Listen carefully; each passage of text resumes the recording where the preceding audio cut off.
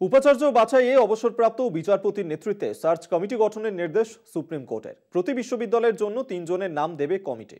মুখ্যমন্ত্রীর সুপারিশে নিয়োগ করবেন আচার্য, নির্দেশ শীর্ষ আদালতের। ফের গণতন্ত্রের জয়, পোস্ট শিক্ষামন্ত্রীর। উপাচার্য নিয়োগে রাজ্য রাজভবন সংঘাত, জট খুলতে সুপ্রিম কোর্টের হস্তক্ষেপ, সার্চ ও সিলেকশন কমিটি গঠন আদালতের।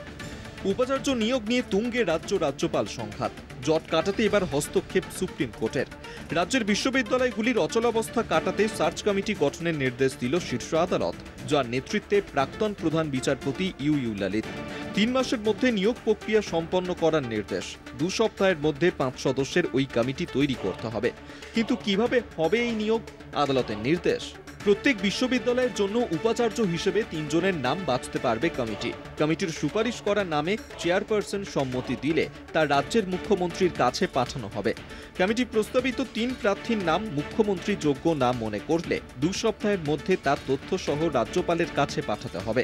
তালিকার নাম থেকে মুখ্যমন্ত্রী নিজের পছন্দ মতো নাম বাছতে পারবেন বা যোগ্যতার বিচারে নামের ক্রম তালিকা ঠিক করতে পারবেন। সেই তালিকা থেকে রাজ্যপাল উপাচার্যদের নাম চূড়ান্ত করবেন। আচার্যের অনুমোদিত নাম 1 সপ্তাহের মধ্যে উচ্চশিক্ষা দপ্তরের নির্দেশিকা মারফত প্রকাশ করতে হবে। কোনো প্রার্থী সম্পর্কে দুপক্ষের মতভেদ ঘটলে আদালত হস্তক্ষেপ করবে। সুপ্রিম কোর্টের ওই নির্দেশকে গণতন্ত্রের জয় বলে নিজের এক্স হ্যান্ডেলে পোস্ট করেন শিক্ষামন্ত্রী ব্রাত্য বসু। যে মুহূর্তে মুখ্যমন্ত্রীর ভূমিকা সুপ্রিম কোর্ট চিহ্নিত করেন যে এই সার্চ কমিটির 3টি নাম বা উপাচার্যদের নাম মুখ্যমন্ত্রী পাঠাবেন এবং রাজ্যপাল সেখানেই তার শিলমোহর দিতে হবে, অর্থাৎ নির্বাচিত মুখ্যমন্ত্রীর যে অধিকার সেটা এই রায়ের ফলে প্রতিফলিত হলো।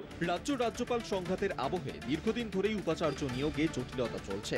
সুপ্রিম কোর্টের হস্তক্ষেপে এবার কি কাটবে জট? প্রশ্ন থাকছেই। কলকাতা টিভি।